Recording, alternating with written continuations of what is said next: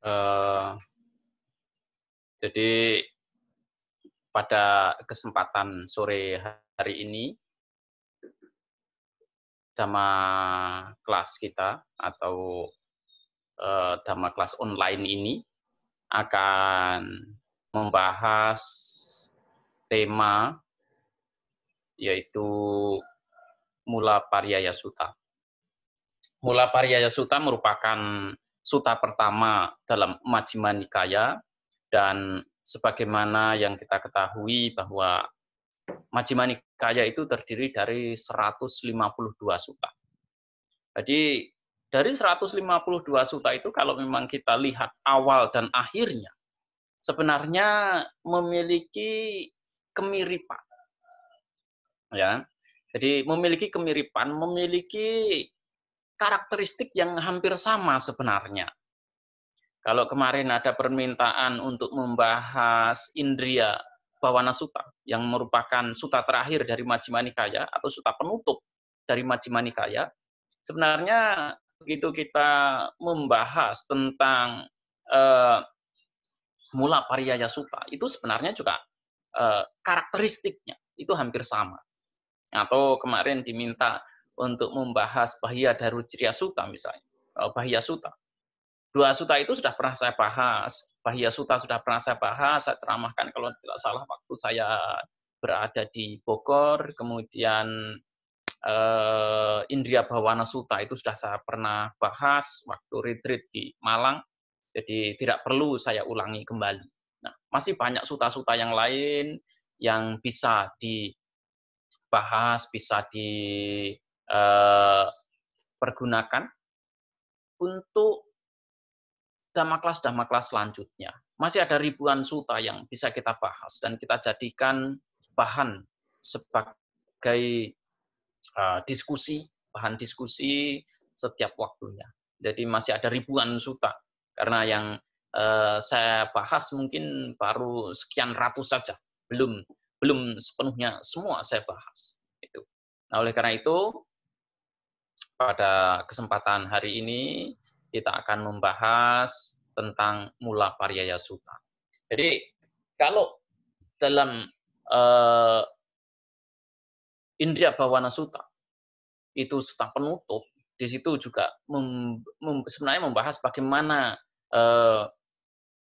bentuk indria yang terkembang, bentuk indria yang sudah maju. Kalau di sini dalam sutta ini sebenarnya Sang Buddha ingin membahas bagaimana sesungguhnya penderitaan itu bermula. Dan kalau di dalam Indriya Bhawana Sutta, Sang Buddha juga menyebutkan karakteristik dari 4 orang yang ada di dunia ini, itu juga sama dibahas dalam Mula Paryaya Sutta. Jadi Mula Paryaya Sutta itu juga membahas karakteristik yang dimiliki oleh setiap orang dalam proses latihan pengembangan batin. Kalau dalam Indriya Bhawana Sutta, di situ disebutkan bagaimana pengembangan indria mulai dari orang yang masih putujana, asutawa putujana, orang yang umum tidak terpelajar. Orang umum artinya dalam hal ini adalah mereka yang masih belum mencapai kesucian. Kemudian mereka yang sudah mencapai kesucian atau sikap pugala. Kemudian orang yang sudah sukses, orang yang sudah berhasil mencapai proses latihan mereka, telah sukses menyelesaikan latihan mereka. Dan kemudian yang keempat itu adalah Sang Buddha sendiri. Jadi keempat karakteristik ini dijelaskan dalam 2 sutta ini. Jadi sutta ini dibuka, Majjhima Nikaya itu dibuka dengan membahas 4 karakteristik orang-orang yang berlatih, orang yang berada dalam tahapan latihan. Jadi Majjhima Nikaya dibuka dan diakhiri dengan karakteristik tersebut. Dan menurut Bhikkhu Bodhi, dalam komentarnya ketika beliau memberikan penjelasan terhadap Mula Paryaya Sutta, sebenarnya Mula Paryaya Sutta itu adalah sutta yang paling sulit dalam Majjhima Nikaya. Nah, kalau malah sore hari ini saya membahas Mula Paryaya Sutta, bukan berarti saya ingin mempersulit pemahaman Ibu, Bapak, dan saudara semuanya. Tetapi saya ingin membahasnya dalam konteks yang sangat sederhana, dalam konteks praktek, dalam konteks yang bisa dipahami oleh semua orang. Bagaimana sesungguhnya proses persepsi itu, terutama dalam konteks mereka yang sedang praktek, mereka yang sedang menjalankan latihan, sehingga sutta ini akan mampu memberikan pemahaman yang baik terhadap mereka yang masih berlatih, mereka yang masih berada dalam tahap latihan. Nah, sutta ini sebenarnya dibabarkan oleh Sang Buddha kepada para bhikkhu. Dan menurut penjelasan yang ada dalam kitab komentar, sesungguhnya para bhikkhu ini jumlahnya ada 500 orang. Mereka semuanya adalah orang-orang yang pandai, orang-orang yang terpelajar. Dan dahulunya mereka ini adalah kaum Brahmana. Jadi di zaman Sang Buddha banyak penganut-penganut agama lain yang kemudian tertarik untuk mempraktekkan, menjalankan ajaran Sang Buddha, dan kemudian mereka menjadi bhikkhu.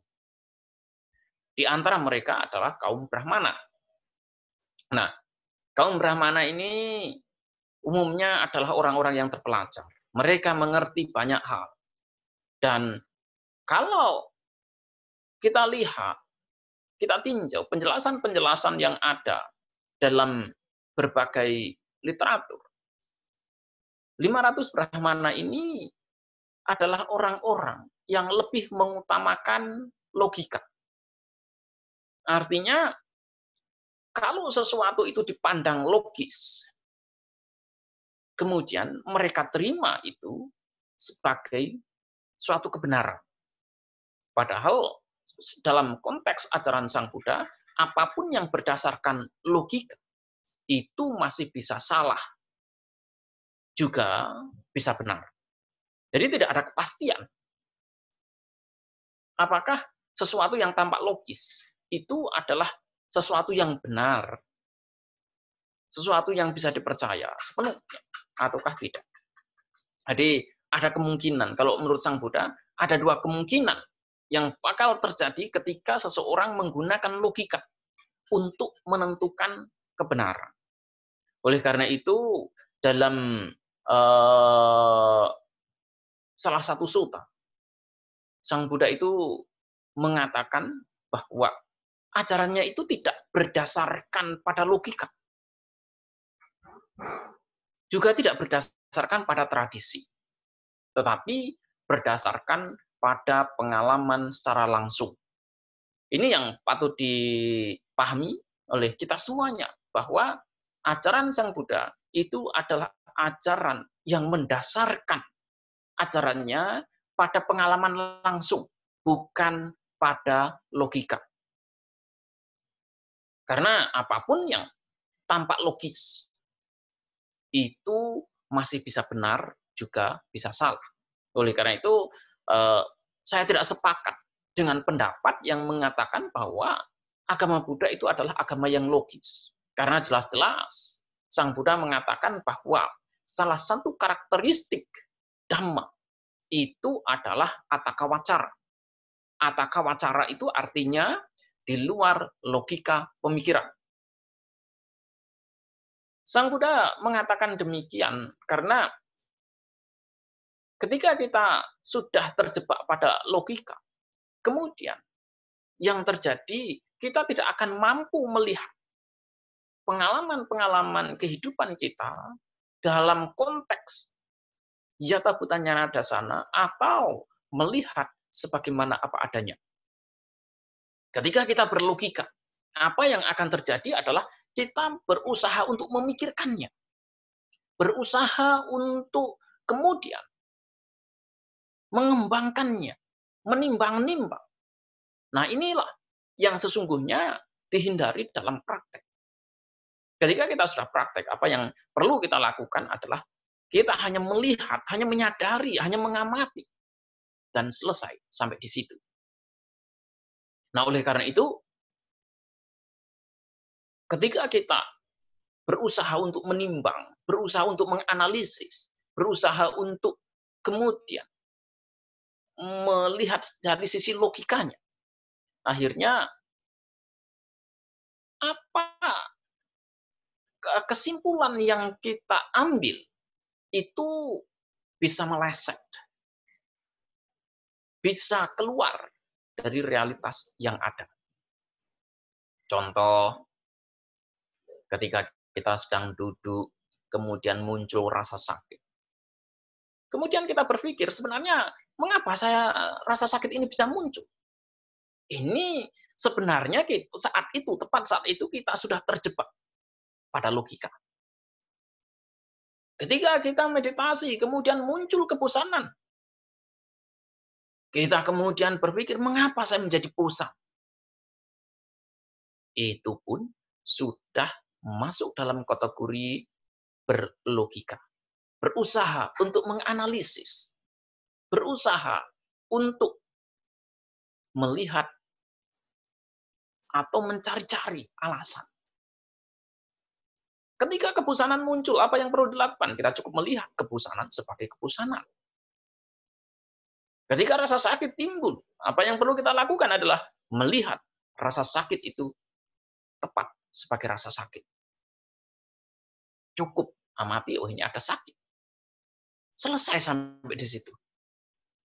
Tidak perlu kemudian kita menganalisis.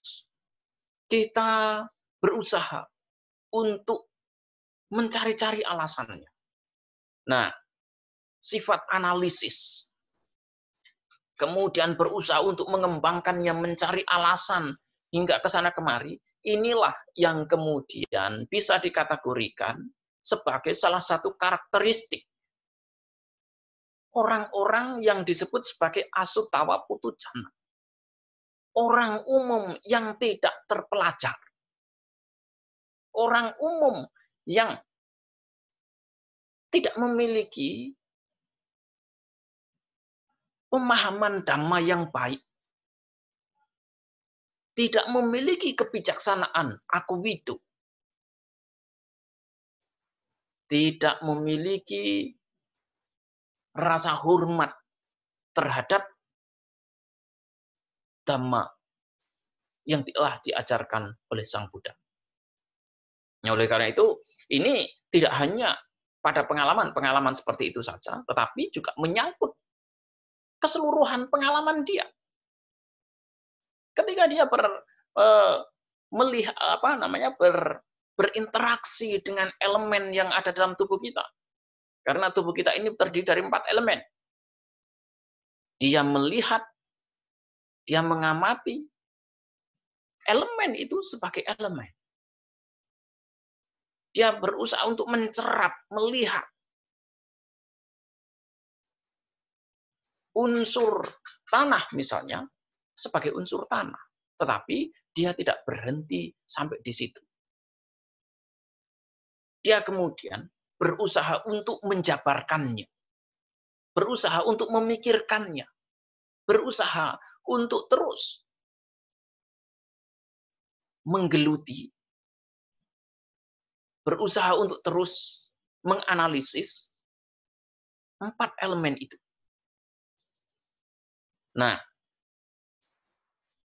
ketika dia menggeluti, berusaha untuk menganalisis, kemudian timbul kesenangan. Dia merasa senang dengan elemen yang ada. Dia melihat bahwa elemen itu adalah miliknya. Entah itu tanah, entah itu elemen api, entah itu elemen air, atau elemen gerak. Semua itu kemudian dianggap sebagai bagian dari kehidupannya, miliknya. Ini bisa terjadi karena dia tidak memahami dengan benar. Dia tidak mengerti dengan baik. Tentu ini tidak hanya menyangkut elemen saja, tetapi menyangkut keseluruhan pengalaman. Oleh karena itu, di dalam sutta ini sebenarnya Sang Buddha itu memulai penjelasan bagaimana karakteristik seorang Asutawa Puthujjana, orang umum yang tidak terpelajar. Mereka kemudian mempersepsikan dunia pengalamannya. Inilah yang kemudian menjebak mereka dalam segala proses penderitaan yang akan mungkin mereka alami dalam kehidupan mereka. Nah, oleh karena itu, Sang Buddha memberikan analisis ini dengan harapan untuk memberikan pemahaman kepada pendengarnya, kepada murid-muridnya, kepada orang-orang yang memiliki keyakinan bahwa Dhamma seharusnya tidak dipraktekkan, tidak dipahami dalam konteks yang demikian. Nah, yang kedua, itu adalah karakteristik. Ini tadi yang pertama, karakteristik orang-orang yang masih puthujjana, orang-orang yang tidak terpelajar, orang-orang yang tidak mau melihat dhammanan luhur, tidak memiliki kebijaksanaan. Mereka begitu berinteraksi dengan dunia pengalaman mereka sendiri, mereka akan memikirkan itu, terobsesi dengan itu. Kalau dalam bahasa Jawa, istilah orang Jawa itu ada istilah yang bagus. Gulawentah. Gulawentah itu artinya terobsesi, terus digeluti. Mereka apapun yang dihadapi, pengalaman apapun yang dihadapi, pengalaman apapun yang dialami, kemudian membuat mereka terobsesi. Apakah pengalaman itu akan bersifat menyenangkan, tidak menyenangkan, ataupun yang netral. Itu akan membuat mereka terobsesi begitu hebat. Tidak hanya sekali, tidak hanya 2 kali, bahkan berulang kali. Tidak hanya dalam hari ini saja, besok, lusa, bahkan 10 tahun yang akan datang, dia masih juga terobsesi dengan pengalaman-pengalaman yang dialaminya. Nah, ini tentu, karakteristik ini tentu berbeda dengan karakteristik yang dimiliki oleh mereka yang sudah masuk dalam latihan. Di sini Sang Buddha menggunakan istilah seka. Seka itu artinya orang-orang yang sudah terlatih. Dalam hal ini kalau orang-orang terlatih biasanya itu adalah minimal sudah mencapai tingkat kesucian Sotapanna. Nah, kalau Anda belum mencapai tingkat kesucian Sotapanna, ya Anda masih terobsesi, terjebak. Kemudian terus mengembangkan pengalaman-pengalaman yang Anda alami, yang Anda hadapi, yang Anda rasakan secara langsung. Tetapi bagi mereka yang sudah terlatih, yang sudah menginjakkan kaki mereka pada level minimal tingkat kesucian pertama sampai tingkat kesucian ketiga, itu memiliki karakteristik yang sangat berbeda. Kalau orang-orang yang tidak terpelajar, orang-orang yang masih putu jana, kata yang dipergunakan oleh Sang Buddha itu sanjanati. Sementara yang dipergunakan, istilah yang dipergunakan oleh Sang Buddha untuk mereka yang sudah sekapugala, sudah menjadi sekapugala, itu adalah abhijanati. Ketika mereka melihat fenomena, orang-orang putu jana itu sekedar menggunakan sannya, pencerapan yang biasa. Sementara istilah abhijanati itu memahami dengan cara yang luhur. Memahami dengan cara yang bijak. Sangat berbeda. Kalau mereka yang masih putu jana, mereka yang masih belum mencapai tingkat kesucian, itu mereka begitu melihat sesuatu, hal itu langsung diobsesi, membuat mereka terobsesi. Karena mereka hanya menggunakan sannya, persepsi yang biasa. Tetapi ketika mereka yang sudah terlatih, ini istilah yang dipergunakan adalah abhijanati. Memahami, mengetahui dengan cara yang luhur. Nah, oleh karena itu ketika mereka berhadapan dengan tanah, elemen yang ada dalam tubuh mereka, mereka kemudian memahami bahwa elemen yang ada dalam tubuh mereka itu sifatnya tidak kekal. Selalu berubah setiap waktu. Ini tentu sangat berbeda dengan orang-orang yang masih putu jana.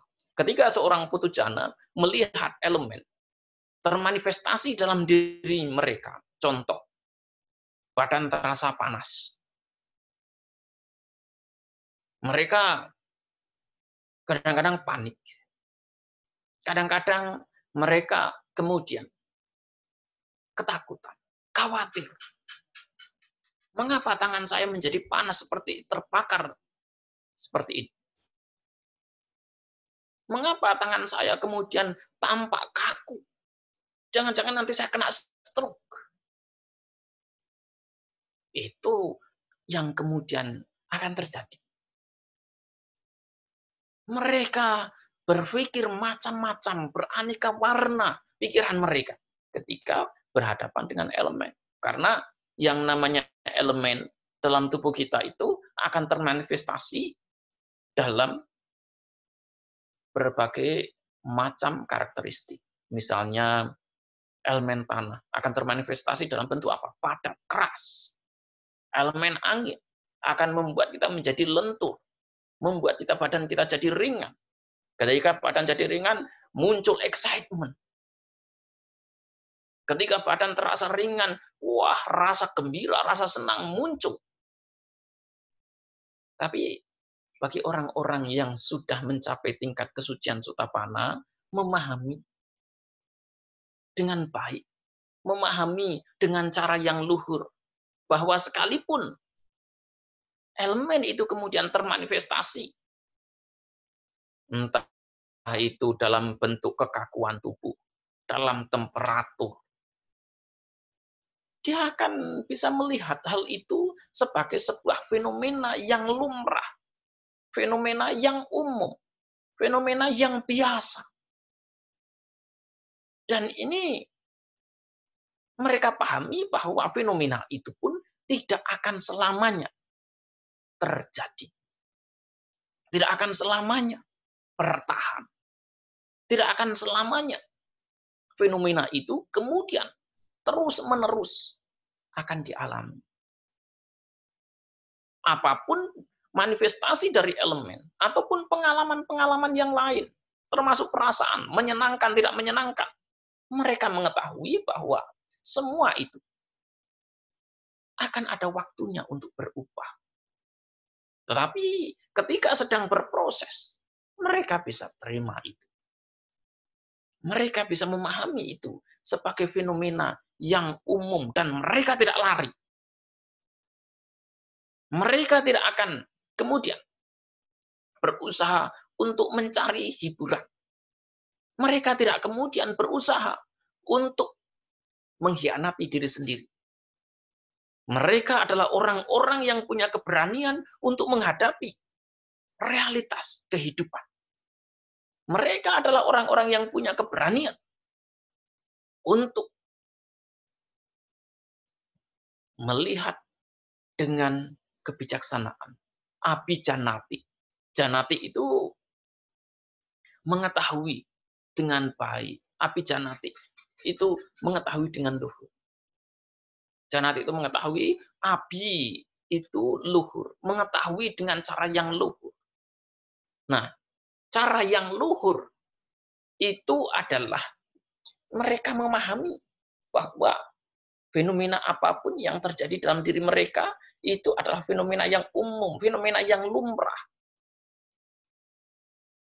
Nah, kemudian yang membedakan lagi adalah ketika orang-orang yang masih putu jana itu memikirkan, terobsesi dengan pengalaman yang dialami, Sang Buddha menggunakan kalimat Padawiya Ma'man. Ini artinya seharusnya mereka tidak terobsesi. Berbeda dengan mereka yang masih putu jana, mereka terobsesi. Sanyatwa patawing manyati. Setelah mereka mempersepsikan hal itu, kemudian mereka memikirkan elemen tersebut. Tetapi dalam hal ini Sang Buddha sangat berbeda kalimatnya. Patawing makmanya itu artinya bahwa mereka seharusnya tidak terjebak dalam obsesi. Namun seandainya terjebak dalam obsesi semacam itu, mereka akan terobsesinya tidak akan butuh waktu yang lama-lama. Mereka akan terobsesi itu sesaat kemudian lepas, sesaat kemudian lepas. Kalaupun katakanlah mereka marah, orang biasa bisa marah selama berminggu-minggu. Orang biasa bisa marah selama berhari-hari. Tapi bagi orang-orang yang sudah mencapai tingkat kesucian Sotapanna misalnya, mereka masih bisa marah. Tetapi kemarahan itu kemudian tidak menimbulkan dendam yang berkepanjangan. Tidak kemudian berlarut-larut. Tetap akan muncul kemarahan, tetapi tidak akan berlarut-larut. Dan ketika kemarahan itu muncul, mereka tahu ada kemarahan yang sedang muncul. Dan mereka memahami bahwa kemarahan itu timbul karena adanya kondisi. Gitu. Nah, kemudian karakteristik yang ketiga. Ini adalah karakteristik mereka yang telah terbebaskan. Artinya mereka telah mencapai tingkat kesucian arahat. Ada persamaan dan juga ada perbedaan antar mereka yang telah mencapai tingkat kesucian arahat dan mereka yang masih mencapai tingkat kesucian pertama hingga ketiga. Kalau tadi Sang Buddha menggunakan kata sanjanati, artinya mencerah dengan cara yang biasa bagi orang-orang yang masih putu jana.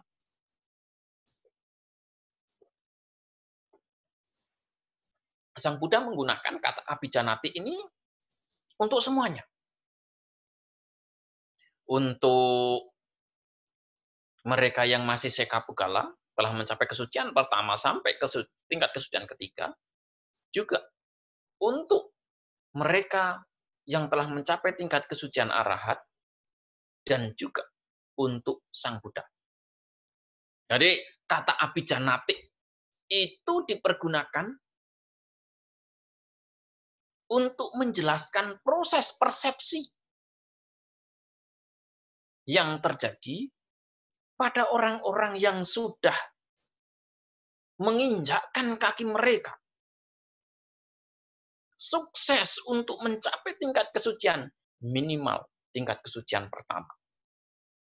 Sementara mereka yang masih belum mencapai tingkat kesucian, mereka akan menggunakan pola atau proses persepsi yang normal.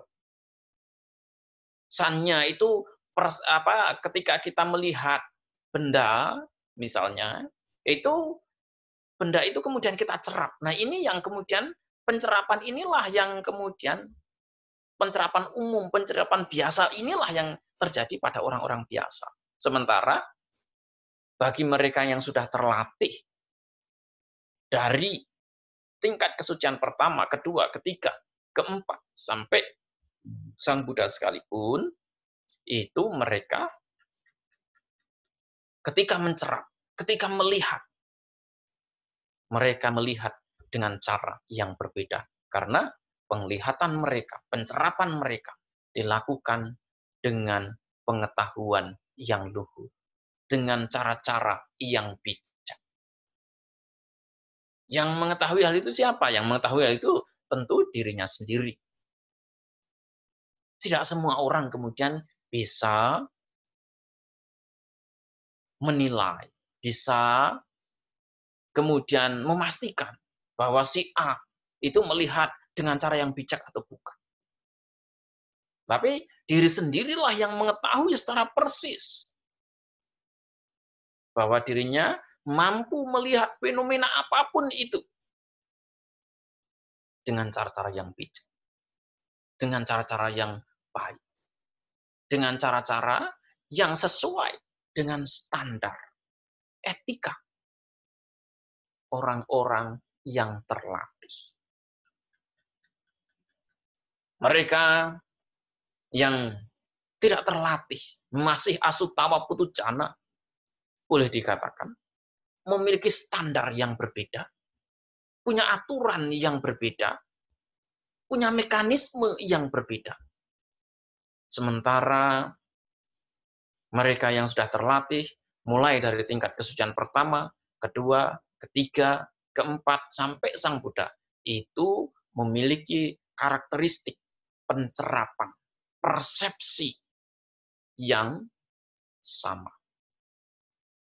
Karena di sini istilah yang dipergunakan itu sama, abijanati, mengetahui dengan cara yang luhur. Nah, kalau mereka yang masih sekapukala, masih mencapai tingkat kesucian pertama sampai ketiga, itu kata yang dipergunakan adalah seharusnya tidak memikirkan, seharusnya tidak kemudian bersenang-senang di sana.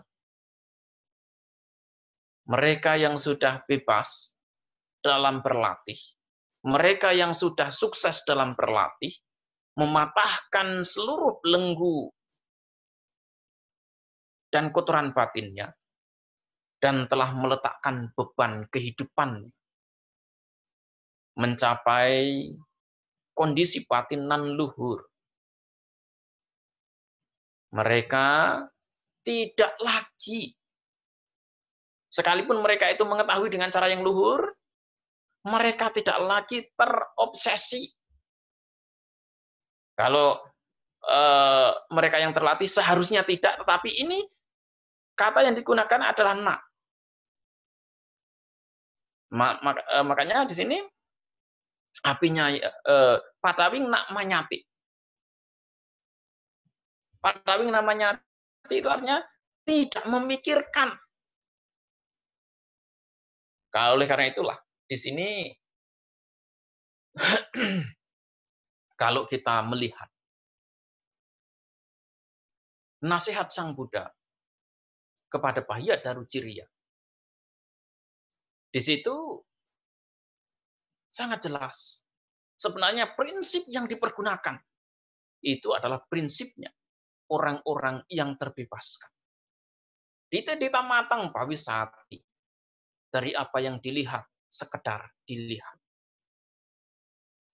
Dari apa yang didengarkan, sekedar didengarkan. Sute sutamatang bawisati. Mute mutamatang bawisati, dari apa yang dirasakan, yaitu melalui hidung, melalui lidah, dan melalui fisik kita, itu sekedar dirasakan. Nah, jadi pengalaman-pengalaman yang dialami oleh mereka yang telah mencapai tingkat kesucian arahat, oleh mereka yang terbebaskan, mereka tetap mengalami pengalaman-pengalaman itu. Apakah mereka tidak mengalami pengalaman-pengalaman yang dialami juga oleh manusia biasa? Mereka mengalami. Saya ambilkan contoh. Ketika seorang arahat diberi makan, makanannya pedas misalnya, makanannya asin misalnya, makanannya manis misalnya, makanannya asam misalnya. Semua rasa itu juga dirasakan, persis sama. Seperti oleh mereka yang masih putu jana, oleh mereka yang masih berlatih di level pertama, level kedua, juga level ketiga. Apakah kemudian setelah menjadi arahat, mereka tidak merasakan rasa pedas? Nonsens itu kalau mereka tidak merasakan. Apakah kemudian mereka tidak merasakan rasa asin? Nonsens kalau mereka tidak merasakan rasa asin. Tetapi mereka itu tidak menolak, juga tidak mencari. Sementara mereka yang masih belum terlatih, mereka yang masih putu jana, apapun makanan yang diterimanya, kalau tidak sesuai dengan seleranya, akan ditolak. Dia tidak akan suka. Oh, ini makanannya pedas, saya tidak mau. Oh, ini makanannya asam, saya tidak mau. Oh, ini makanannya asin, saya tidak mau. Itu yang membedakan. Kalau mereka makan, ya selesai makan. Tidak memikirkan apa yang sesuai dengan selera mereka. Tidak memikirkan apa yang kemudian sesuai dengan harapan dan keinginan mereka. Tetap menikmati makanan itu, tetap merasakan makanan yang juga dikecap oleh orang-orang yang biasa. Masih normal, masih berlatih juga. Demikian pula ketika mereka dicaci maki juga masih mendengarkan suara yang sama. Persis seperti seorang putu jana. Prinsip ini pun berlaku juga dengan apa yang terjadi dalam pikiran. Ketika seseorang mengatakan bahwa seorang arahat itu sudah bebas dari segala bentuk kotoran batin, banyak yang berpikir bahwa pikiran mereka itu selalu baik. Tidak ada kotoran batin, artinya semua yang dianggap negatif itu tidak ada dalam diri mereka. Semua yang dianggap jelek itu tidak ada dalam diri mereka. Semuanya tetap berproses. Semuanya tetap ada. Tetapi yang membedakan itu mereka tidak terobsesi. Itu saja yang membedakan. Makanya saya seringkali mengatakan bahwa Ketika Sang Buddha masih hidup, beliau seringkali ditemui oleh Mara. Beliau juga pernah ditemui oleh Putri Mara. Banyak orang yang menginterpretasikan Mara itu adalah makhluk, sosok makhluk yang nyata. Sosok makhluk yang benar-benar termanifestasi sebagai kehidupan. Kalau saya tidak. Saya memahaminya. Apakah itu Mara, apakah itu Putri Mara, itu sebagai kondisi batin. Nah, oleh karena itu ketika baru saja Sang Buddha itu mencapai tingkat mencapai kebudaan, mencapai kesucian, sukses dalam berlatih, Sang Buddha bertemu dengan Mara, bertemu dengan Putri Mara. Apa itu? Kalau saya tidak akan menginterpretasikan cerita itu dalam konteks itu sebagai Mara yang nyata, tetapi itu adalah kondisi pikiran. Jadi bahasanya itu dibuat dalam bahasa simbol, tidak dalam bahasa yang vulgar. Oleh karena itu kalau kita melihat Putri Mara, itu yang 3 Putri Mara itu kan sebenarnya mengacu pada apa? Mengacu pada kondisi pikiran. Coba lihat terjemahannya yang baik. Saya tidak ingat nama 3 Putri Mara itu satu persatu. Kalau nggak salah itu Rati, di mana Rati langsung apalagi begitu. Nah, itu kan mengacu pada kondisi pikiran saja. Hanya saja waktu itu Sang Buddha tidak tertarik. Demikian juga dalam masa-masa hidupnya Sang Buddha seringkali ditemui oleh Mara. Saya ketika membaca literatur-literatur semacam itu, saya tidak akan menginterpretasikan dalam konteks itu adalah Mara yang sungguhnya, tetapi itu adalah kondisi batin yang boleh kita katakan negatif. Dalam pemahaman kita sekarang ini boleh dikatakan negatif. Hanya saja kemudian Sang Buddha tidak tergoda. Oleh karena itu begitu Mara dengan bala tentaranya datang, Sang Buddha tidak tergoda. Putri Mara datang dengan segala 3 Putri Mara datang dengan segala keeleganannya. Sang Buddha tidak tergoda. Karena di situ semua itu berproses dan Sang Buddha tidak tertarik lagi. Tidak terobsesi lagi. Tidak kemudian bersenang-senang di situ.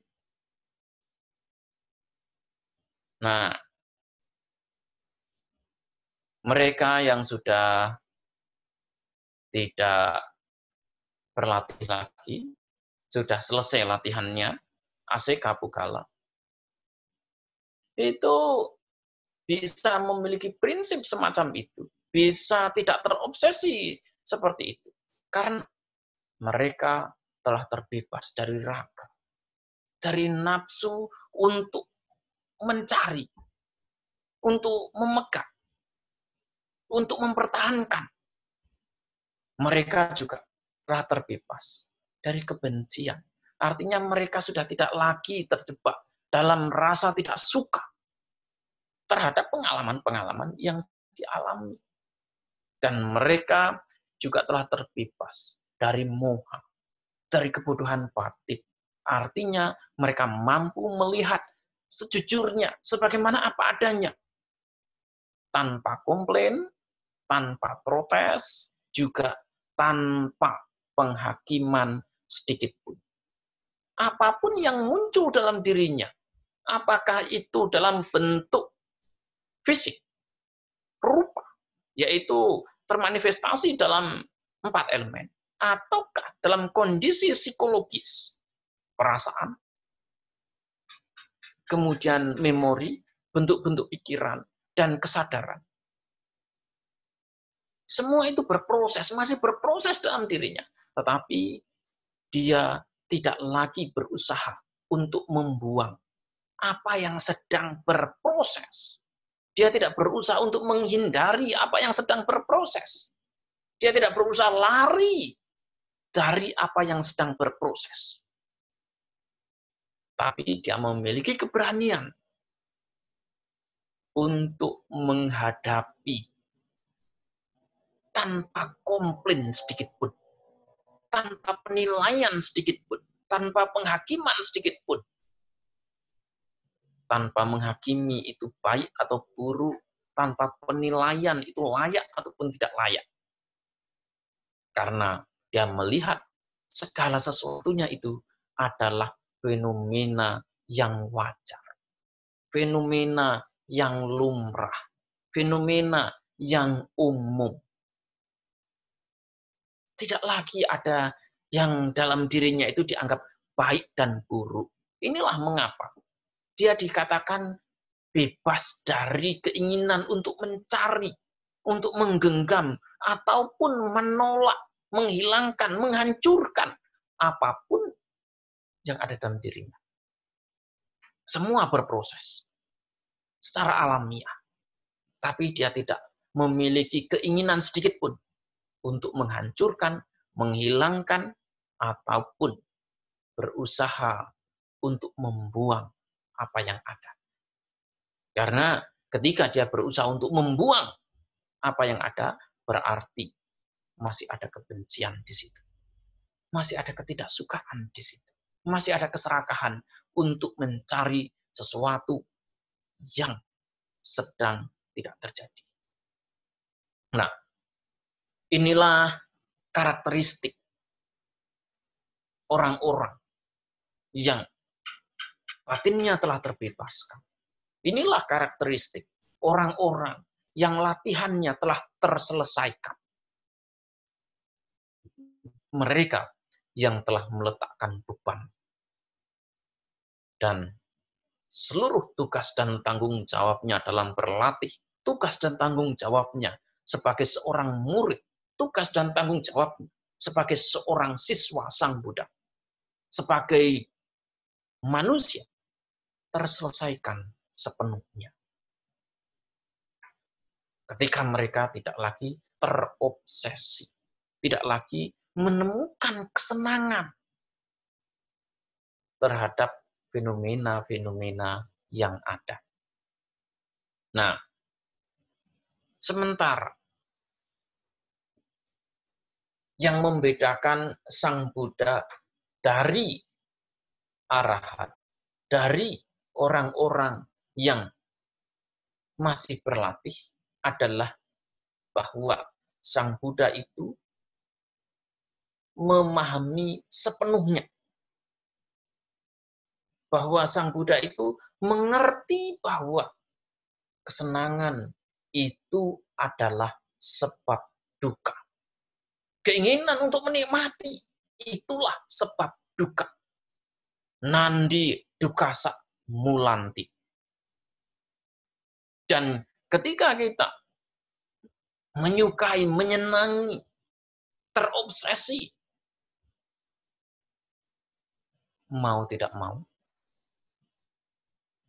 proses kelahiran akan terus terjadi.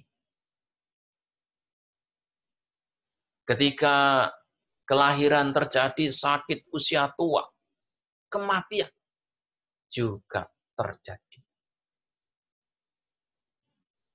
Nah, Sang Buddha memahami semua ini dengan baik.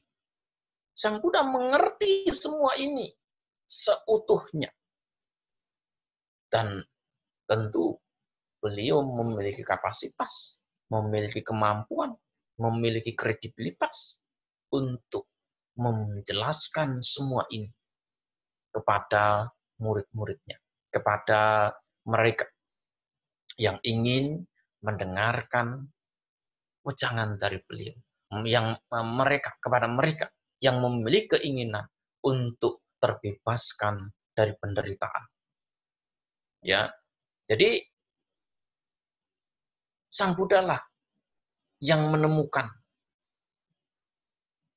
kembali apa yang telah dilupakan oleh umat manusia saat itu. Bahwa segala sesuatu itu berproses. Dan apapun yang berproses, itu kemudian sifatnya adalah timbul, berkembang, dan lenyap. Itu yang akan terjadi. Nah, ketika manusia tidak mampu memahami hal ini, manusia pun mau tidak mau terjebak dalam penderitaan yang tiada akhir. Sang Buddha telah membabarkan ajaran ini, ajaran yang baik, ajaran yang sangat bermanfaat untuk dipraktikkan ini kepada kita semuanya. Sekarang tergantung kita. Mau tidak kita ini mempraktikkannya. Mau tidak kita itu melatih diri kita masing-masing dalam latihan yang luhur. Apakah latihan yang luhur itu? Sebenarnya latihan yang luhur adalah latihan yang berusaha untuk mengembangkan kesadaran dalam kehidupan sehari-hari. Tepat ketika sati itu ada, UPK mau tidak mau, itu pun akan ada. UPK atau keseimbangan batin akan dimiliki.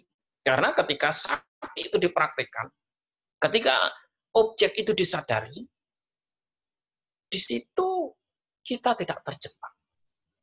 Seberapapun durasi yang mampu kita praktekkan, tidak usah kecewa. Ketika Anda mampu mengembangkan sati selama 1 detik, berbanggalah, senanglah, apresiasi diri sendiri. Ketika Anda mampu mengamati napas yang keluar dan masuk hanya sekali saja, itu pun sudah cukup. Bante Katukurunde Nyanananda mengatakan, mereka yang mampu mengamati napasnya dengan baik, sekalipun hanya sekali, mereka mendekatkan diri mereka selangkah lebih maju ke Nibbana. Sekali lagi, ini juga prinsip semacam ini berlaku untuk semuanya. Ketika Anda mampu melihat perubahan yang terjadi dalam diri Anda, perubahan pikiran, sekarang memikirkan tentang diri kita yang masih belum berlatih, selanjutnya kita berpikir bahwa kita akan berlatih, itu sudah perubahan. Sekarang kita memikirkan tentang praktek. Nanti begitu selesai Zoom ini, streaming ini, kemudian Anda memikirkan yang lainnya. Itu adalah perubahan pikiran. Anda bisa melihat bahwa pikiran itu pun berubah. Sekarang Anda mendengarkan suara saya. Suara saya pun setiap waktunya itu selalu berubah. Ada waktunya intonasinya lembut, ada waktunya intonasinya kasar, ada waktunya intonasinya itu lemah, dan ada waktunya intonasinya itu tinggi. Ini juga perubahan. Kita amati. Oh, ini suaranya sedang keras. Oh, ini suaranya sedang lembut. Ini sedang tidak nyaman untuk didengarkan. Oh, ini menimbulkan semangat, menimbulkan sangweka. Itu pun akan selalu berubah setiap waktu.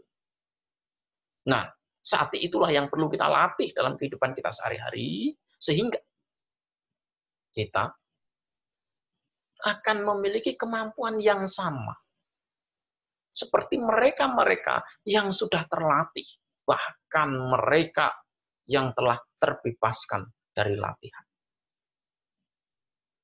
Kalau kita latih pelan-pelan, dari waktu ke waktu, hari ini latihan, besok latihan, lusa latihan, di situ sebenarnya kita punya semangat. Di situ sebenarnya kita punya sangweka. Di situ sebenarnya kita memiliki keyakinan terhadap praktek.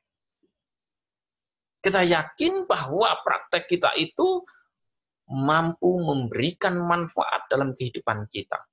Kita yakin bahwa praktek itu akan memberikan dampak yang nyata dalam kehidupan kita. Kita praktek terus-menerus. Kita praktek dari waktu ke waktu. Kalau memang sedang tidak mampu, jangan dipaksakan. Kalau memang sati itu sedang hilang, sadarilah sati itu sedang hilang.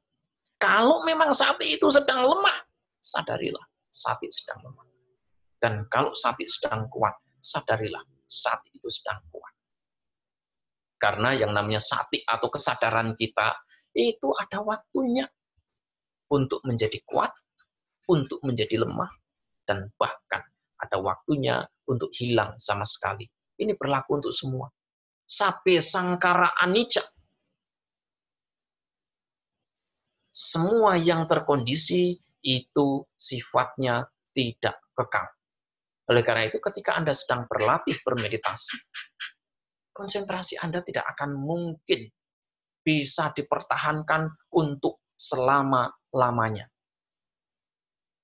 Kesadaran Anda tidak mungkin dipertahankan sesuai dengan keinginan kita selama-lamanya. Sati itu juga masih sangkara, konsentrasi itu juga masih sangkara. Oleh karena itu, keduanya itu juga berfluktuasi. Ada waktunya baik, ada waktunya buruk, ada waktunya hilang sama sekali. Oleh karena itu, ketika sati itu sedang kuat, tidak perlu berbangga diri. Ketika sati itu sedang lemah, tidak perlu bingung. Dan ketika sati itu tidak ada sama sekali, lenyap secara total, jangan cemas. Itulah sifat alamiah segala sesuatu yang terkondisi. Itulah sifat alamiah segala sesuatu yang masih dalam ruang lingkup sangkara. Kalau Anda berusaha meratapi konsentrasi yang putus, berusaha untuk menangisi sati yang lemah, sesungguhnya Anda berusaha untuk menentang ajaran Sang Buddha yang mengatakan bahwa sapi sangkara anicca. Oleh karena itu, yang terbaik adalah kita memberikan kesempatan kepada latihan kita, kepada sati kita, kepada konsentrasi kita, kepada moralitas kita, pada rasa atau perasaan kita, pada pikiran kita, pada semuanya, untuk berproses sesuai dengan kondisi-kondisi masing-masing. Keinginan kita untuk mengendalikan perasaan, keinginan kita untuk mengendalikan sati, keinginan kita untuk mengendalikan konsentrasi, keinginan kita untuk mengendalikan sila, itulah yang kemudian menimbulkan penderitaan. Itulah yang kemudian terus memperpanjang proses samsara. Berikan kesemuanya. Berikan kesempatan pada semua untuk berproses. Untuk timbul dan tenggelam. Untuk muncul dan lenyap. Sesuai dengan kebutuhan masing-masing. Kalau ada, kita ketahui bahwa, kita sadari bahwa semua itu kondisinya sedang cukup untuk muncul.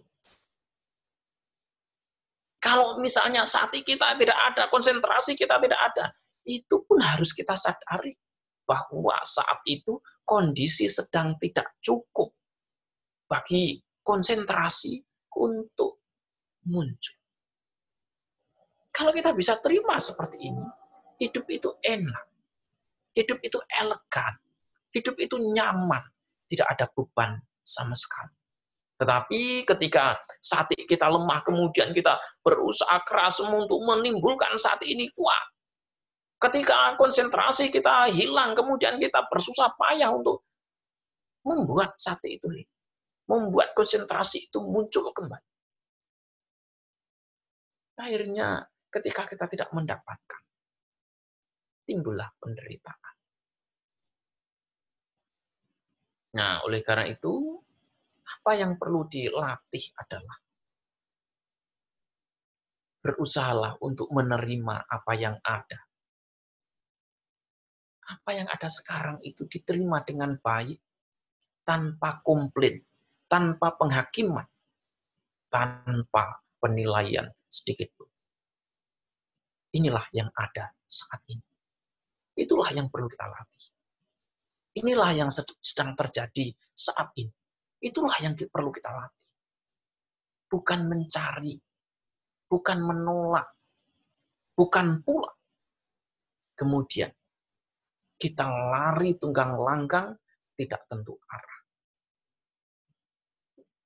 Nah, itulah yang perlu dilatih dalam kehidupan kita kalau kita memang mengharapkan kondisi batin yang tenang dan seimbang.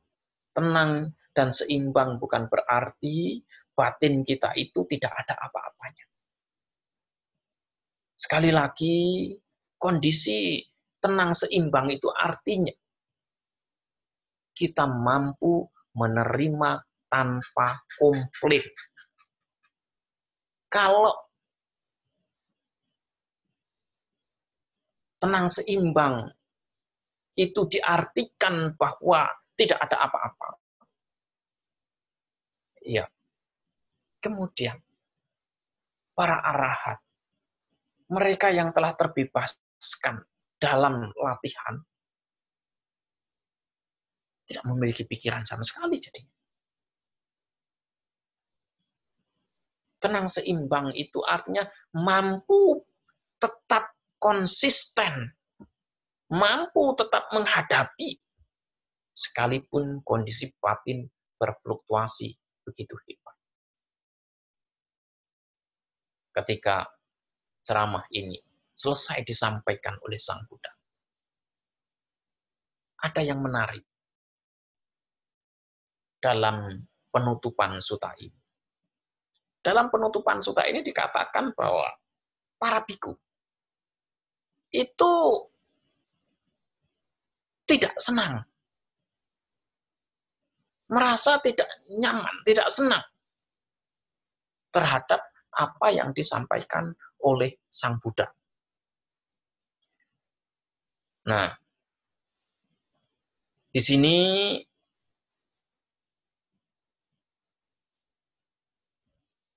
biasanya mereka yang mendengarkan nasihat Sang Buddha, wejangan Sang Buddha, ceramah Sang Buddha, biasanya akan senang. Tapi dalam penutup, kalimat penutup sutta ini, di sini dikatakan, idam mawaca bhagawa nak te biku bhagavato pasitang abinandunti. Nak te, mereka nak abinandunti. Nak te abinandunti.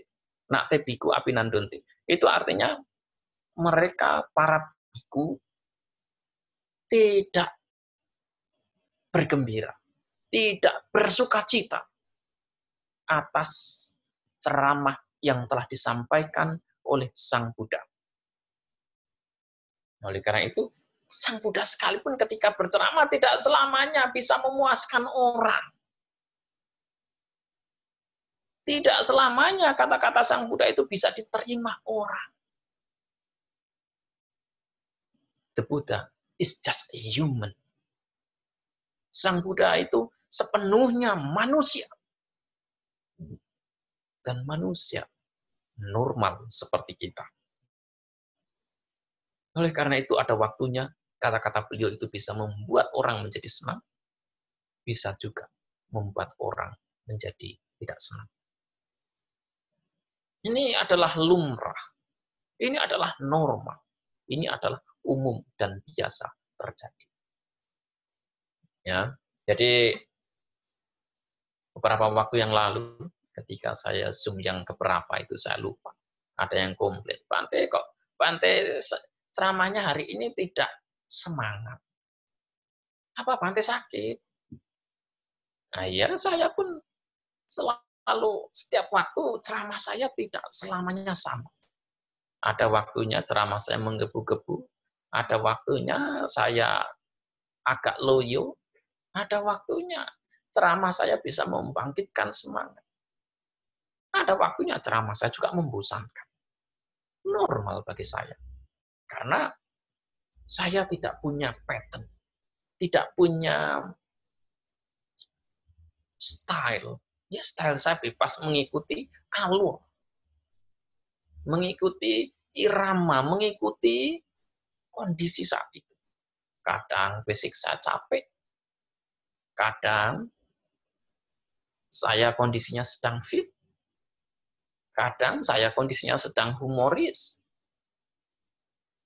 Tidak selamanya kondisi itu akan selalu muncul. Sangat variatif, tergantung situasinya saja. Ya, saya kira itu saja yang saya sampaikan pada kesempatan kali ini. Semoga apa yang saya sampaikan bisa dipahami, dimengerti, dan kemudian dipraktekkan dalam kehidupan sehari-hari. Saya kembalikan kepada Justin sebagai host. Ya, ini mungkin untuk mengawali ada pertanyaan dari Bapak Hasan Lim. Di sini Bapak Hasan Lim pernah membaca tulisan dalam buku Dhammapada Atta Kata. Di sana banyak kita jumpai setelah Guru Agung selesai membabarkan sutta, ada umat awam yang tercelahkan atau mencapai kesucian dengan tingkat yang berbeda-beda. Faktor apakah yang membuat beliau-beliau yang awam langsung tercerahkan hanya dengan sekali mendengarkan sutta tersebut? Terima kasih. Sebenarnya yang membuat mereka, kalau kita lihat cerita-cerita begitu, Sang Buddha ketika membabarkan Dhammanya, banyak orang yang mencapai kesucian, banyak orang yang kemudian tercerahkan. Bahkan seperti Bahyada Ruciriya, itu hanya dinasehati dengan 4 kalimat saja. Pada saat Sang Buddha sedang berpindah patah, dia langsung menjadi arahat. Sebenarnya kuncinya di mana sih? Kuncinya itu hanya pada kemampuan kita untuk mengubah persepsi yang kita miliki. Mengubah cara pandang. Jadi pencapaian kesucian itu adalah pencapaian perubahan pola pikir. Oleh karena itu, kalau kita mendengarkan dhamma, wejangan dhamma di mana-mana, tetapi kita tidak mau mengubah pola pikir kita, ya sama saja sebenarnya. Hal itu kemudian tidak akan membuat kita tercerahkan. Tapi kalau kemudian kita begitu mendengarkan dhamma, mendengarkan ceramah, kita mau mengubah pola pikir kita, persepsi kita, cara pandang kita, di situ pencerahan akan terjadi. Ya, pencerahan akan terjadi. Tapi ketika kita tidak mau mengubah pola pikir kita, jangan berharap sekalipun Anda di hadapan Sang Buddha, Anda tidak akan mencapai kesucian. Anda hanya akan tetap sama seperti orang-orang yang tidak berlatih. Karena Anda tidak memiliki keberanian, tidak memiliki kemauan untuk mengubah pola pikir, mengubah cara pandang. Nah, oleh karena itu, ketika pencapaian kesucian itu adalah pencapaian perubahan pola pikir, pencapaian kesucian itu bisa dicapai oleh siapa saja. Entah itu di zaman Sang Buddha, di zaman sekarang, ataukah di zaman yang akan datang. Banyak orang yang kemudian berusaha untuk mengait-ngaitkan dengan kebajikan, mengaitkan dengan karma baik, mengaitkan dengan paramita, segala macam. Dan kemudian mereka merasa bahwa paramita mereka juga belum cukup, kebajikan mereka belum cukup. Tapi begitu ditanya sekali lagi, sudah berapa banyak kebajikan yang dikumpulkan, mereka juga tidak tahu. Mereka juga tidak mengerti. Mereka juga tidak paham. Nah inilah sebenarnya yang perlu kita pahami dengan baik. Perlu kita mengerti dengan baik. Bahwa pencapaian kesucian itu sesungguhnya hanyalah pencapaian pola pikir. Cara pandang hidup kita. Apakah selama ini kita kurang? Apakah selama ini kita masih belum serius? Apakah selama ini kita masih belum memiliki keberanian untuk praktek dengan sungguh-sungguh? Ya, tentu Anda yang tahu, Anda yang mengerti, Anda yang paham sampai sejauh mana sesungguhnya praktek Anda, kemauan Anda, tekad Anda, keberanian Anda untuk praktek dengan baik. Yang namanya latihan itu bisa dilakukan oleh siapa saja. Tidak hanya mereka yang berjubah, mereka yang menjadi perumah tangga juga memiliki kesempatan yang sama. Karena ketika kita berlatih, kita hanya melatih bagaimana pada saat kita ini melihat, bagaimana saat kita ini mendengar, bagaimana saat kita ini mencium aroma, bagaimana saat kita mengecap rasa, menyentuh sentuhan, atau ketika kita sedang berpikir. Itu saja yang dilatih. Ya, mereka di zaman Sang Buddha yang dilatih apa? Begitu mereka melihat, itu yang mereka latih. Nah, kalau yang dilatih adalah bagaimana pada saat kita melihat, bagaimana saat kita mendengar, kita pun punya kesempatan. Ini yang diajarkan oleh Sang Buddha bukan untuk kita alami, kita nikmati setelah kita mati. Ini adalah ajaran Sang Buddha yang punya tujuan untuk dinikmati tepat saat ini. Untuk dinikmati sekarang ini juga. Tepat dalam kehidupan sekarang ini. Agama Buddha ditemukan. Itu bukan untuk masa depan. Agama Buddha itu ditemukan untuk masa sekarang ini. Tepat saat ini juga. Nah, oleh karena itu, cobalah latih pelan-pelan. Latih sedikit demi sedikit. Latih dari waktu ke waktu.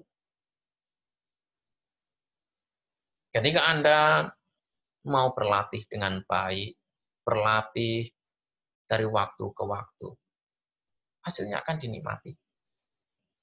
Hasilnya akan ada. Buktikan itu.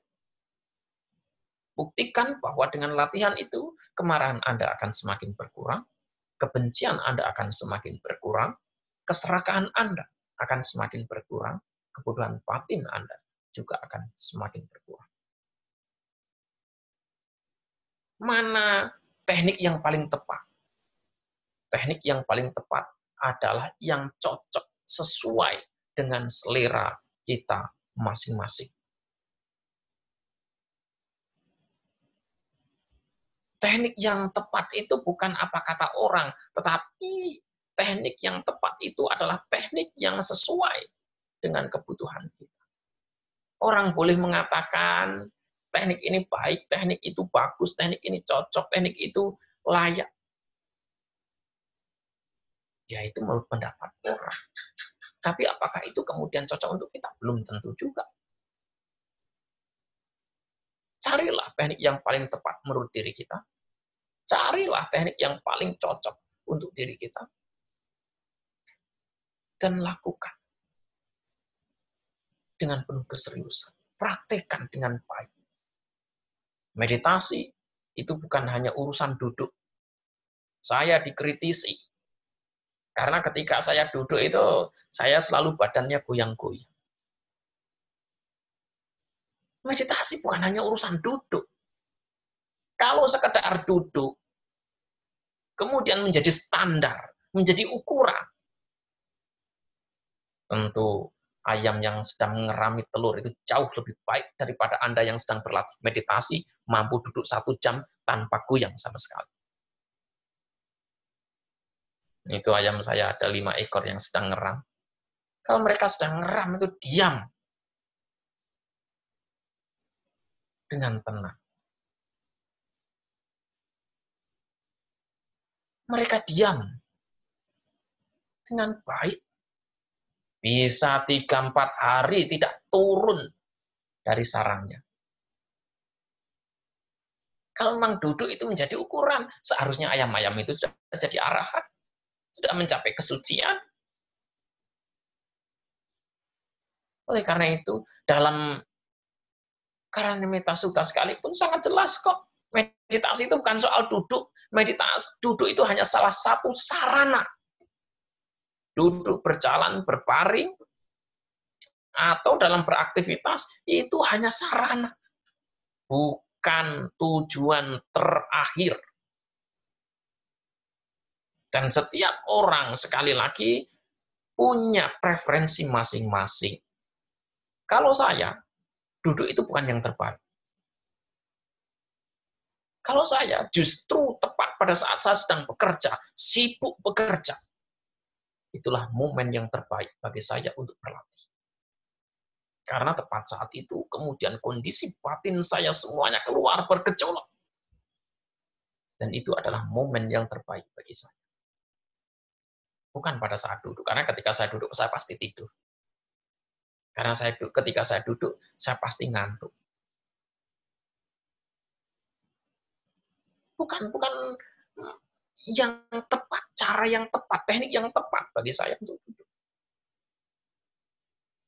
Nah, oleh karena itu, cobalah cari cara yang paling tepat. Apakah itu duduk, apakah itu berjalan, apakah itu berdiri, apakah itu berbaring, ataukah beraktivitas.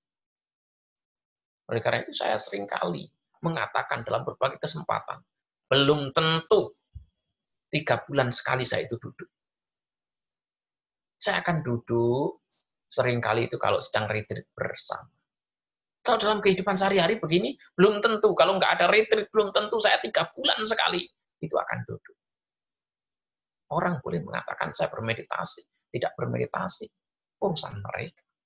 Yang jelas, saya tahu secara pasti kapan saya harus bermeditasi. Kapan saya bisa praktek untuk kepentingan kehidupan saya. Nah, oleh karena itu, ya, orang-orang di zaman Sang Buddha, begitu mendengarkan ajaran Sang Buddha, mereka bisa mengubah pola pikir mereka. Itu yang terjadi. Ya, sehingga mereka mampu mencapai tingkat kesucian. Dan di zaman Sang Buddha, dalam salah satu sutta itu Sang Buddha suatu ketika ditanya, apakah ada umat-umat awam yang mencapai tingkat kesucian? Sang Buddha itu mengatakan, saya kurang ingat tepatnya ya, tapi kira-kira begini.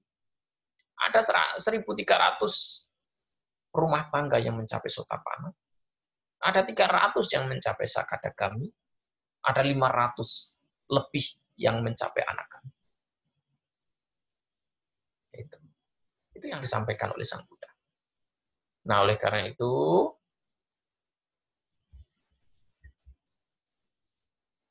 cobalah berusaha untuk praktek dengan baik. berusaha untuk berlatih dengan baik. Berlatih dalam kehidupan sehari-hari. Berlatih kapan saja kita mampu. Ya, saya kira itu. Silakan, saya kembalikan kepada Justin. Ya, kepada Afan, silakan jika mau bertanya.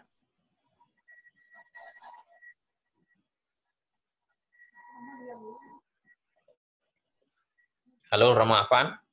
Ya, nama budaya Pak Samanera dan Mas Iri. Ya. Gimana kabarnya Samarinda? Baik-baik aja? Ya, baik Samanera. Nah, Samanera sedang dikurung? Iya, dikurung Samanera. Ya, silakan kalau mau tanya Rama. Ya, Samanera. Sehubungan dengan Samanera jelaskan tadi, Samanera, bahwa sebenarnya pencapaian kesucian itu tidak ada hubungan dengan karma. Nah, tapi banyak juga kita baca atau dengar bahwa sebenarnya katanya karma itu sangat erat atau ada hubungannya dengan apa yang kita capai. Sehingga katanya misalnya orang yang kalau karmanya sudah matang atau sudah sampai, nah dia melakukan hal kecil pun bisa membuahkan hasil. Sedangkan kalau orang yang memang karmanya belum matang atau belum cukup, dia berusaha bagaimanapun juga tidak bisa berhasil. Nah, ini bagaimana? Terima kasih. Kalau karma itu kemudian diterjemahkan sebagai niat, tentu niat itu sangat menentukan. Ya, karena kan Sang Buddha dengan jelas, cetanahang bikawe kamang wadami. Yang saya maksudkan sebagai karma itu adalah niat. Dan sekarang punya niat untuk praktek enggak? Itu aja. Kalau memang dia punya niat untuk praktek, dia akan berjuang, dia akan berlatih, dia akan membangkitkan semangat dalam berlatih. Kalau itu dipahami karma sebagai niat.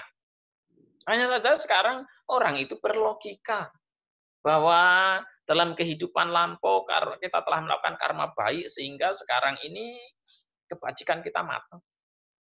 Dalam kehidupan lampau kita melakukan begini begitu. Tapi sekarang siapa yang tahu? Mereka yang ngomong seperti itu, mereka punya pengetahuan secara langsung atau tidak? Umumnya hanya berdasarkan logika semata. Saya khawatir kalau yang ngomong itu adalah biku, itu bisa parajika, karena mereka tidak punya pengetahuan secara langsung untuk melihat kehidupan lampau, kemudian mereka berani ngomong seperti itu. Saya khawatirnya begitu. Tapi saya masih harus konsultasikan kepada orang-orang yang ahli winaya itu. Kalau biku yang ngomong, ketika mereka tidak punya pengetahuan secara langsung tentang kehidupan lampau, kemudian mereka berani ngomong tentang kehidupan lampau seperti itu, apakah itu bisa dikategorikan sebagai parajika? Itu. Nah, oleh karena itu, ya kita ini hanya berlogika semata bahwa dalam kehidupan lampau kita kurang kebajikan segala macam. Itu kan hanya logika kita. Kita tidak punya proof, tidak punya bukti yang nyata. Nah, kalau saya sih simpel saja. Orang praktek itu tergantung dari kemauan dia bagaimana mengamati. Ketika dia melihat, bagaimana mengamati ketika dia mendengar, bagaimana mengamati ketika dia mencium bau. Apakah pengalaman-pengalaman dia melalui mata, telinga, hidung, dan sebagainya itu disertai dengan kebencian atau tidak? Disertai dengan keserakahan ataukah tidak? Disertai dengan kebodohan batin ataukah tidak? Itu saja. Dan apakah itu butuh pengetahuan-pengetahuan tentang masa lampau, butuh dukungan masa lampau? Saya tidak tahu secara pasti, tetapi yang jelas, kalau orang mau praktek dengan baik, mengulang hal yang sama, mengembangkan kesadaran yang sama, dia akan sukses berlatih dalam kehidupan sekarang ini juga. Dia punya niat, punya keseriusan untuk mempraktekkan hal itu, dia akan sukses dalam kehidupan sekarang ini juga. Tidak perlu menunggu sampai dalam kehidupan-kehidupan yang akan datang. Tidak perlu menunggu sampai karma baiknya matang dan sebagainya. Dia cukup berlatih dalam kehidupan sekarang ini saja. Kemudian memiliki keberanian untuk mengubah pola pikirnya. Karena sekali lagi, pencapaian kesucian itu adalah pencapaian perubahan pikiran. Yang biasanya kita melihat segala sesuatunya itu dari perspektif tidak berubah, apapun yang berubah kita pandang sebagai tidak berubah, apapun yang duka kita pandang sebagai suka, apapun yang anatta kita pandang sebagai atta, apapun yang tidak indah kemudian kita pandang sebagai indah. Itu adalah persepsi kita. Oleh karena itu, begitu ada pengalaman yang muncul dalam kehidupan kita, kita melihat pengalaman itu seolah-olah tidak berhenti-henti. Pengalaman itu seolah-olah kekal. Sehingga kita menginginkan agar pengalaman itu cepat berlalu. Pengalaman itu cepat berhenti. Padahal yang namanya pengalaman itu punya kondisi. Punya waktu untuk berproses. Oleh karena itu, ada pengalaman yang bisa bertahan sebentar, ada pengalaman yang bisa bertahan lama, ada yang bertahan sesaat, sedang, dan sebagainya. Itu. Tapi karena persepsi kekekalan yang ada dalam diri kita, misalnya katakanlah rasa sakit itu muncul, kemudian kita berusaha sekeras mungkin untuk membuang rasa sakit itu. Kita membenci rasa sakit itu. Itu bisa terjadi karena persepsi kekekalan. Kita selalu melihat bahwa tidak sakit itu adalah yang indah. Tidak sakit itu adalah yang enak. Dan rasa kenikmatan itu kita anggap sebagai milik kita sehingga bisa kita kontrol, bisa kita kendalikan, bisa kita nikmati sepanjang waktu. Itu yang terjadi. Nah, oleh karena itu, saya adalah orang yang berani mengatakan bahwa siapapun yang mau praktek, punya niat untuk praktek dalam kehidupan sekarang ini juga, dia Allah yang memiliki hak untuk sukses dalam berlatih. Mereka yang berlogika, mikir-mikir, mencocok-cocokkan bahwa praktek itu butuh karma baik dari masa lampau, bahwa praktek itu butuh paramita yang cukup dari kehidupan lampau. Mereka saya yakin akan hanya menghabis-habiskan waktu mereka dan tidak akan berjuang dengan serius. Tapi mereka yang punya keyakinan bahwa ajaran Sang Buddha itu adalah ajaran yang dipergunakan untuk kepentingan saat ini, dia akan praktek dengan baik. Dia akan praktek dengan serius. Dia akan praktek dengan sungguh-sungguh. Jadi, saya bukanlah orang yang termasuk dalam orang-orang yang berpandangan bahwa praktek kita saat ini, kesuksesan kita dalam praktek dalam kehidupan ini ditentukan oleh karma lampau kita. Kalau itu dipahami, karma itu dipahami sebagai perbuatan-perbuatan di masa lampau. Karena saya tidak punya pengetahuan secara langsung. Tetapi saya punya pengetahuan secara langsung bahwa mereka yang punya niat, punya tekad, punya usaha, berani untuk berjuang, adalah orang-orang yang akan sukses dalam berlatih. Itu jawaban saya, Romo. Ya, terima kasih, Samandera. Oke, kembali lagi dengan pertanyaan tertulis dari Susanti. Bagaimana cara mengetahui metode meditasi mana yang cocok untuk kita? Dan berapa lamakah waktu yang diperlukan untuk mengetahui metode itu cocok bagi kita atau tidak? Terima kasih. Simpel aja. Sebenarnya saat kita makan misalnya, apakah kita tahu makanan yang cocok untuk kita? Kita tahu. Why not? Kita tahu mana makanan yang cocok untuk kita dan kita tahu mana makanan yang tidak cocok untuk kita. Setiap makanan yang menimbulkan penderitaan, ketidaknyamanan bagi kita, tidak cocok untuk kita. Misalnya, ada makanan yang dimakan langsung membuat kita sakit perut, membuat kita mencret-mencret, membuat kita jadi lemes, membuat kita jadi tidak berdaya, membuat kita mati. Itu adalah makanan yang tidak cocok. Praktek juga begitu. Teknik yang cocok itu adalah teknik yang mampu membuat kita mampu mengurangi keserakahan, kebencian, dan kebutuhan batin. Apapun tekniknya. Oleh karena itu, saya seringkali dengan kurang ajar ngomong, kalau memang kamu yakin dan kamu bisa membuktikan bahwa gantung diri itu bisa membuat kamu jadi arahat, lakukan. Saya seringkali dengan kurang ajar ngomong seperti itu. Karena yang namanya teknik, setiap orang tentu punya preferensi, punya kesukaan, punya tendensi masing-masing. Bagaimana cara mengujinya? Ya kita praktekkan dulu. Coba kita lihat. Oleh karena itu Sang Buddha itu mengatakan bahwa mereview itu sangat penting dan itu akan menentukan kesuksesan kita dalam praktek. Mereview itu dibutuhkan. Sama saja seperti kalyana mita yang juga dibutuhkan. Mereview praktek kita. Oh, setelah saya praktek selama 10 tahun, selama 5 tahun, selama 1 tahun, ini hasilnya. Oh, saya selama ini praktek saya dengan teknik ini tidak ada kemajuan. Oh, dengan praktek semacam ini, dengan teknik ini, ternyata saya tidak dapatkan apa-apa. Kotoran batin saya tetap sama seperti dulu. Dulu saya pemarah, sekarang tetap pemarah. Saya dulu pembenci, sekarang pembenci. Dulu saya mudah iri hati, sekarang juga masih iri hati.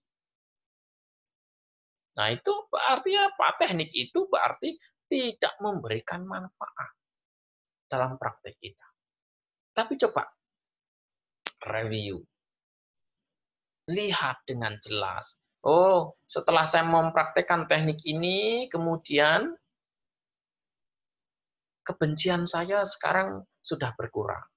Dulu biasanya kalau saya benci seseorang, saya bisa benci selama sehari. Sekarang hanya 5 menit, 1 jam misalnya. Oh, ini sudah ada pengurangan. Atau dulu keserakan saya begitu kuat. Sekarang keserakan saya sudah menurun. Ini yang akan membuat kita bersemangat. Dan memiliki keyakinan, oh teknik ini cocok untuk saya. Ini baik untuk saya. Dan itu perlu dilakukan dengan uji coba jatuh bangun. Sang Buddha melakukan uji coba jatuh bangun begitu selama 6 tahun. Jangan dipikir bahwa Sang Buddha itu hanya mempraktekkan satu cara. Tidak. Berbagai macam cara dipakai.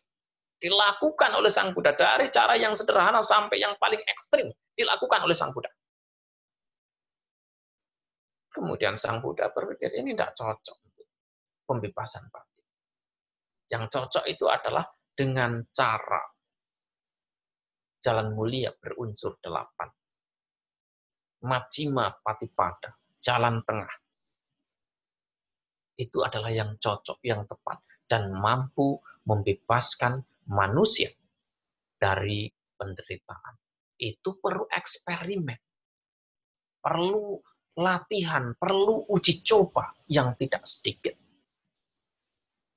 Kalau saya sih simpel saja, apa yang paling cocok untuk saya? Kembangkan kesadaran dimanapun saya berada. Itu yang paling cocok untuk saya. Saya orangnya brutal misalnya. Saya yang penting sekalipun brutal, saya akan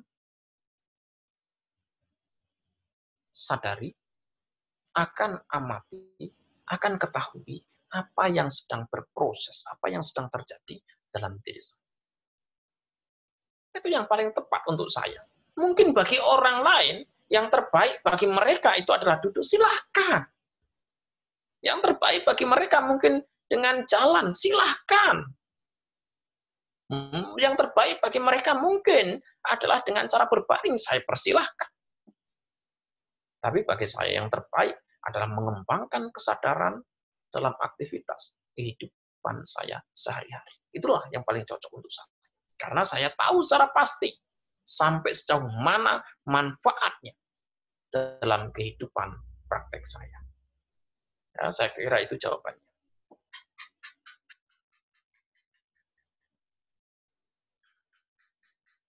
Ya, saya persilahkan jika ada yang masih ingin bertanya.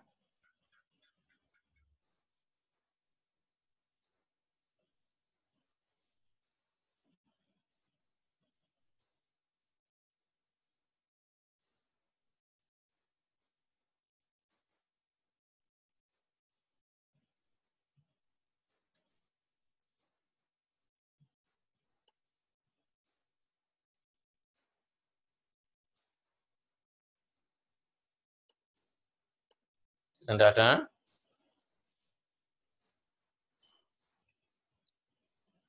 Ada atau tidak itu? Ada masa masuk. Itu saya bagikan Oh, jadwal berikutnya. Oke.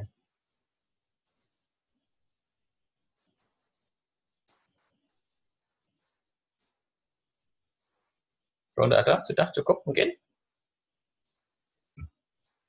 Ada yang mau bertanya? Atau ada yang mungkin Bante mau tambahkan? Cukup. Kalau memang tidak ada pertanyaan, saya akan akhiri Dhamma Talk pada hari ini. Terima kasih kepada Bante, terima kasih kepada para peserta yang datang, dan selamat malam.